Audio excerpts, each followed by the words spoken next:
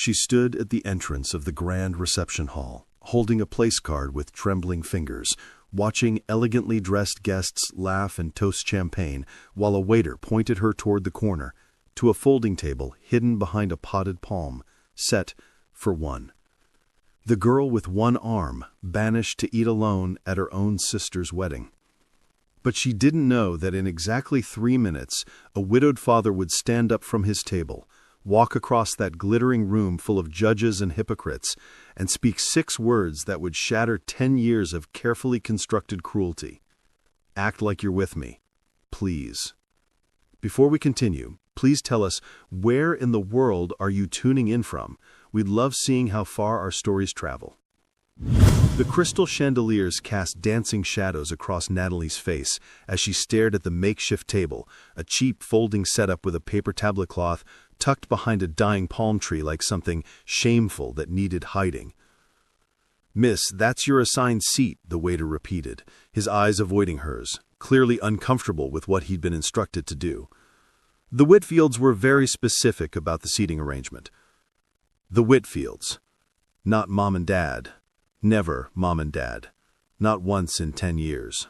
"I understand," Natalie whispered, her voice barely audible over the jazz quartet playing in the corner. She adjusted her modest beige dress with her right hand, her only hand, and started the long walk across the reception hall. 200 pairs of eyes pretended not to watch. 200 guests in designer gowns and Italian suits pretended not to notice the 22-year-old girl being segregated like she carried something contagious. Robert Sinclair loosened his tie, the champagne in his glass untouched, his attention fixed on the young woman navigating through the sea of round tables draped in silk and adorned with towering orchid centerpieces. Each table sat 8, each table but one. Can you believe Veronica actually invited her? The woman at the next table didn't bother lowering her voice. I mean, after everything the Whitfields did for that girl, taking her in after that horrible accident, raising her like their own? Like their own, her companion scoffed. Please, Linda, we all know why Harold really adopted her. His company was hemorrhaging money after those layoffs. Taking in a disabled orphan was the best PR move he ever made. Robert's hand tightened around his glass. He watched Natalie reach her table, saw her shoulders shake once, just once, before she sat down in that lonely chair, her back straight, her gaze fixed on the elaborate ice sculpture of 2 swans that she'd never be close enough to properly see. Daddy would have done something, he heard in his mind. Abigail's voice, his 7-year-old daughter, wise beyond her years. Just this morning, she'd made him promise to make a friend at the wedding. "You're always alone, Daddy. Mommy wouldn't want that." Patricia. 3 years gone, and her absence still felt like a fresh wound some days. She would have been halfway to that corner already, her fierce sense of justice blazing. She never could stand seeing someone isolated, someone made to feel less than human. The jazz quartet shifted to a slower melody. The bride, Veronica, glided past in her $30,000 dress, her laugh tinkling like breaking glass. When her eyes swept over Natalie's corner, Robert caught it, a flash of satisfaction, cruel and deliberate. That's when he stood up. "Robert, where are you going?" Margaret from accounting grabbed his sleeve. "They're about to serve the salmon." He gently pulled free. "There's something I need to do." Each step across that reception hall felt like walking through honey, thick and slow, every eye gradually turning to track his movement. A man, in a modest department store suit, walking away from his assigned place, walking toward the girl everyone had agreed to ignore. Natalie didn't look up when his shadow fell across her table. She'd learned not to expect kindness from well-dressed strangers at fancy parties. "Excuse me." His voice was gentle. That's what made her finally raise her eyes. The unexpected gentleness. "I'm Robert Sinclair. I work with Matthew." He gestured vaguely toward the head table where the groom sat beside his bride. "I couldn't help but notice you're sitting alone." "It's fine." The words came out practiced, automatic. "This is where they wanted me to—" "I know." Robert interrupted softly, pulling out the empty chair across from her without invitation. "But here's the thing. My daughter, she's 7. She made me promise to make at least one new friend at this wedding. She worries about me being lonely since her mother passed away." He leaned forward, his voice dropping to a whisper meant only for her. "Would you do me an enormous favor and act like you're with me, just for the reception? You'd really be helping me out." Natalie's breath caught. She searched his face for the joke, for the cruelty that must be hiding behind those kind brown eyes, but all she found was a sadness that matched her own, and something else, genuine anger on her behalf. "Your daughter," she managed, her voice cracking. "She sounds very wise. Wiser than her old man most days." Robert smiled, and it transformed his whole face. "So what do you say? My table has an empty seat, and I could really use the company. These accounting folks are nice enough, but they've been talking about tax codes for the last 20 minutes. A laugh escaped her, small, surprised, the first genuine sound of joy she'd made all day. "I don't know anything about tax codes." "Perfect. Neither does anyone else. They just pretend." Robert stood, offering his arm. "Shall we?"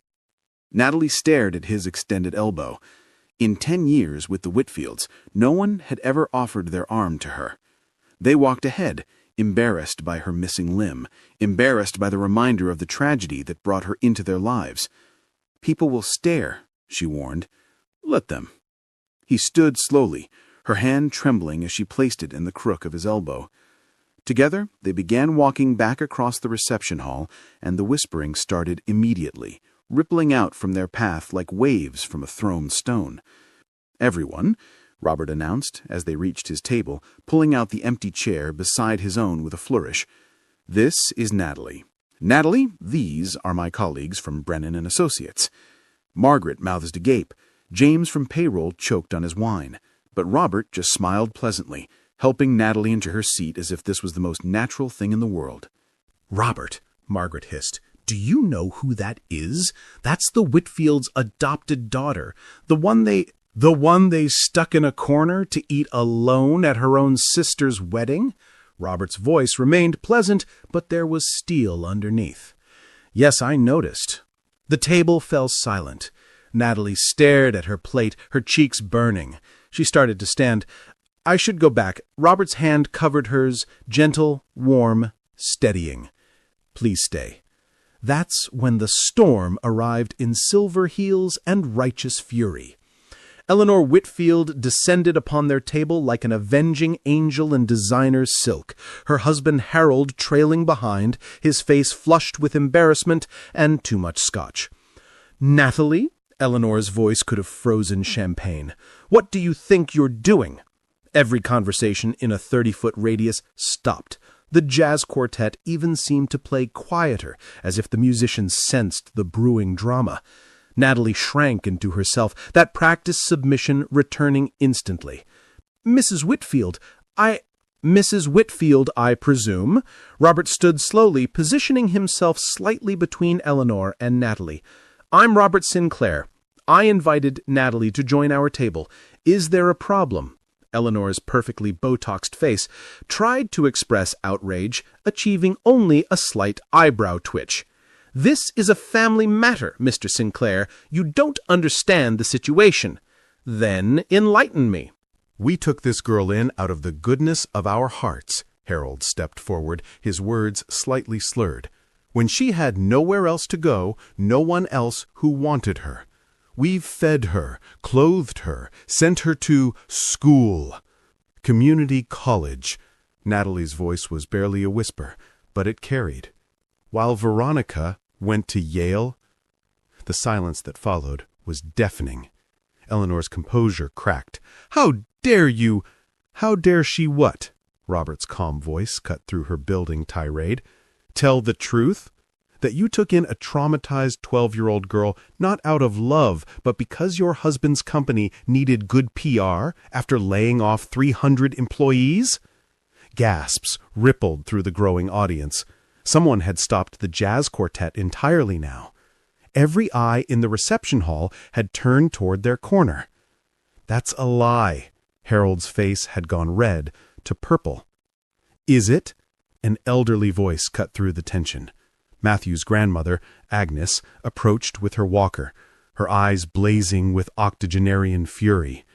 "Because I remember the headlines, Harold. Whitfield Industries CEO opens heart and home to orphaned girl. Right next to the articles about families losing their homes because of your layoffs." Natalie found her voice then, soft but clear. 10 years of suppressed truth spilling out like water through a broken dam. I wasn't allowed to eat dinner with the family.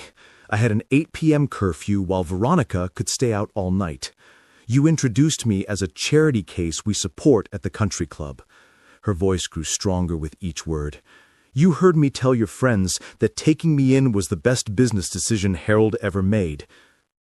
You ungrateful little... Eleanor stepped forward, but Robert moved too, shielding Natalie completely. Finish that sentence, he said quietly, dangerously. Please, give me a reason. The bride herself rustled over then, her wedding dress train carried by 2 bridesmaids, her face a mask of cold beauty. Mother, please, people are watching. Let them watch, Robert said firmly. Let them see how you treat family. Veronica turned to Natalie, her eyes like chips of ice. You're ruining my wedding. No, Agnes interjected, her walker thumping against the floor for emphasis. Your family's cruelty is ruining your wedding. This young woman deserved love, not a decade-long business arrangement. Natalie stood up shakily, her whole body trembling. I need some air. I'll come with you, Robert said immediately.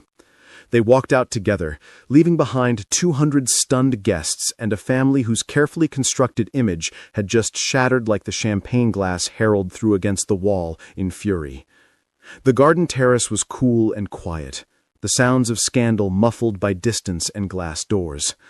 Natalie leaned against the stone railing, her body shaking with suppressed sobs. 10 years. 10 years of believing if I was just quiet enough, helpful enough, invisible enough, they'd actually love me. Robert stood beside her, not touching, just present. Tell me about the accident. She was quiet for so long he thought she wouldn't answer.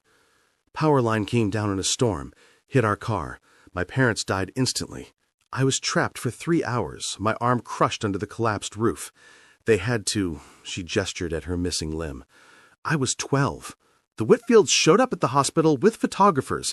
Eleanor held my hand for the pictures, then didn't touch me again for 6 months. My wife died 3 years ago, Robert found himself saying. Brain aneurysm. 1 minute she was laughing at breakfast, the next she was gone.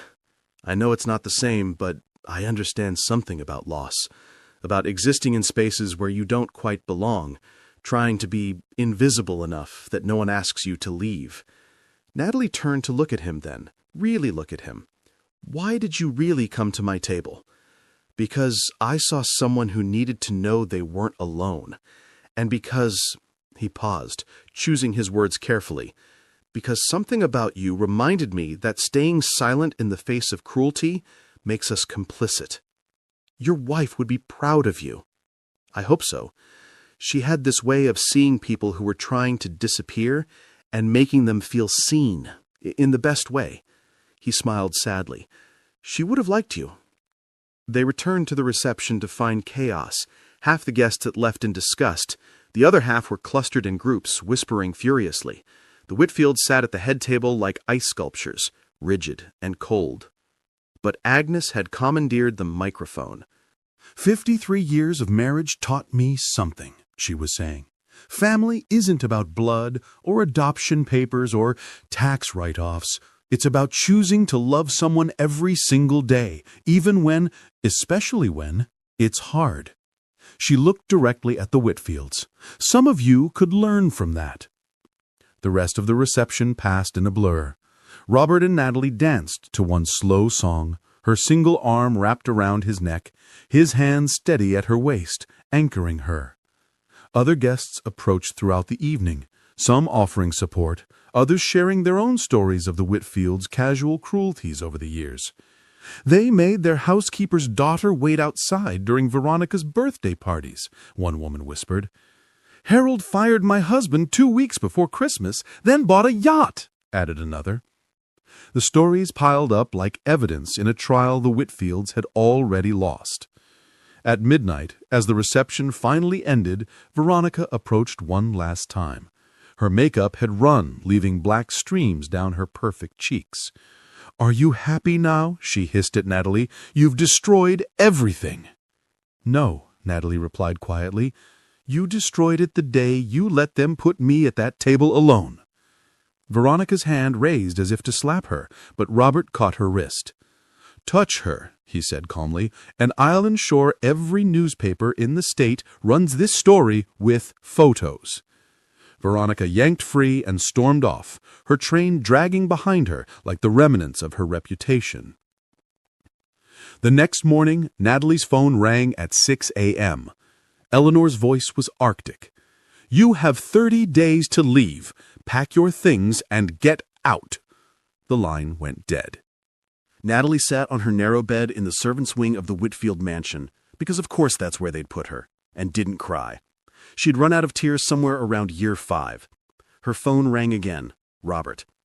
"I heard," he said without preamble. "Margaret's cousin was working the coat check last night. News travels fast in the small town." "I'll be fine. I've been saving money for my library job. Come stay with us." The words hung in the air like a lifeline. "Robert, you don't have to." "I know I don't have to. I want to.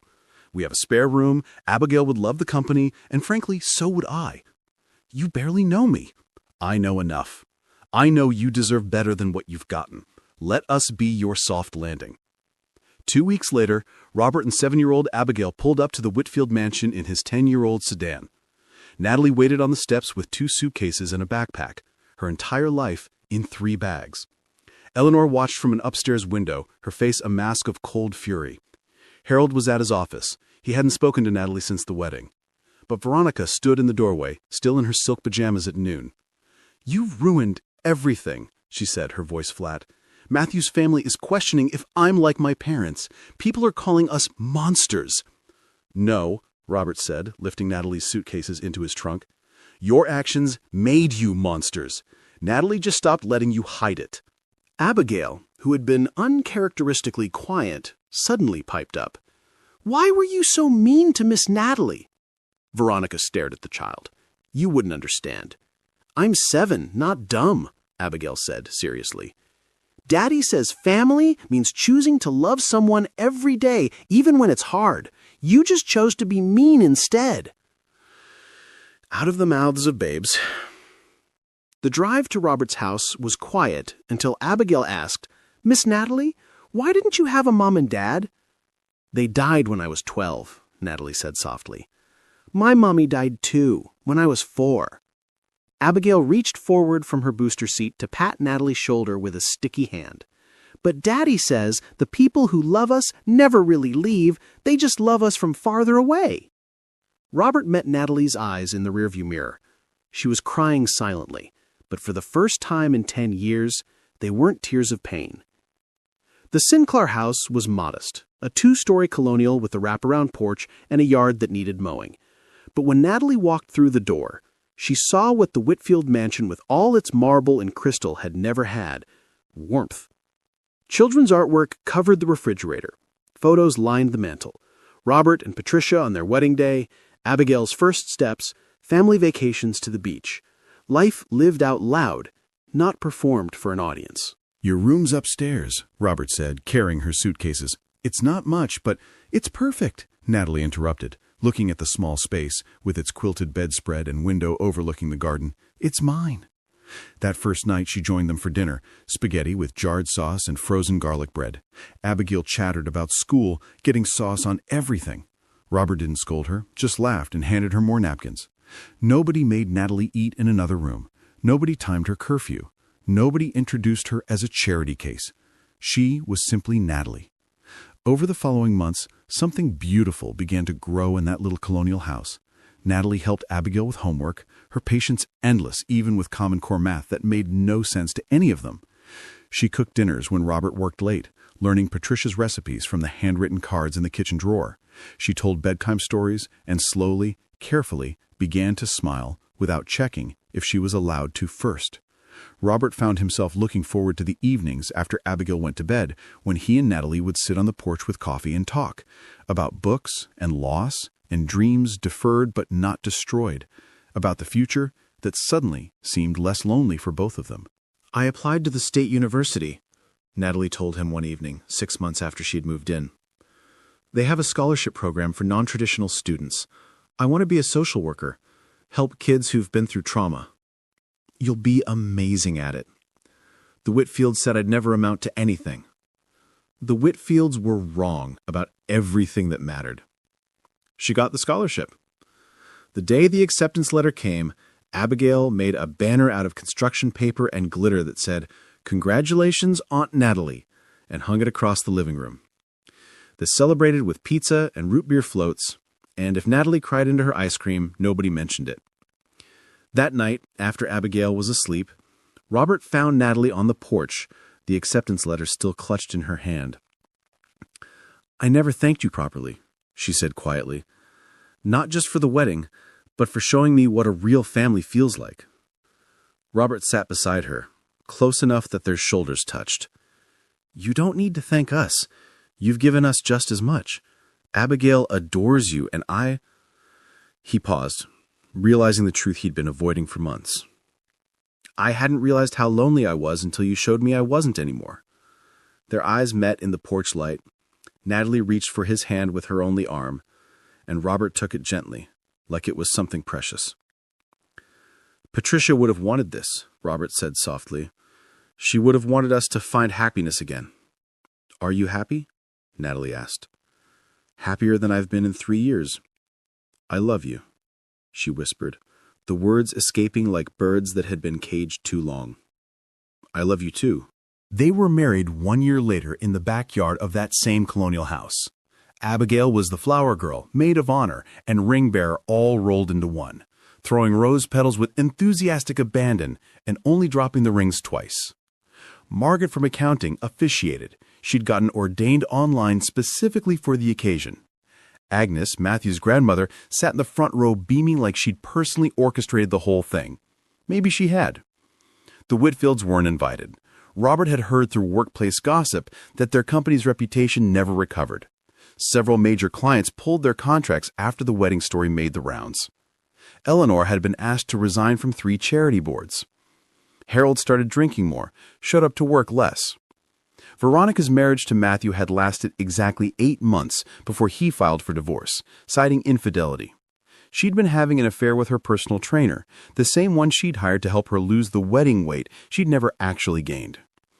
But standing in his backyard, watching Natalie walk down the aisle in a simple white dress with daisies in her hair, Robert didn't think about the Whitfields at all.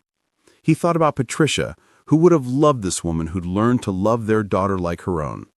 He thought about Abigail, who finally had a mother again. He thought about second chances and chosen families, and the way love could grow in the most unexpected places.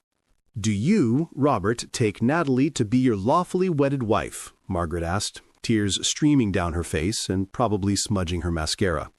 "I do." "Do you, Natalie, take Robert to be your lawfully wedded husband?" "I do."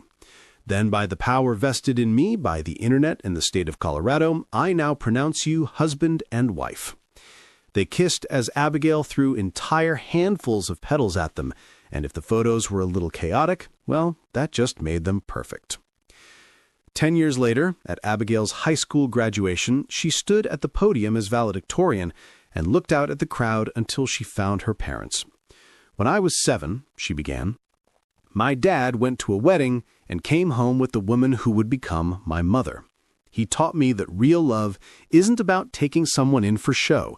It's about saying, act like you're with me, and meaning you are with me, forever. It's about choosing to stand beside someone when the world tries to make them stand alone."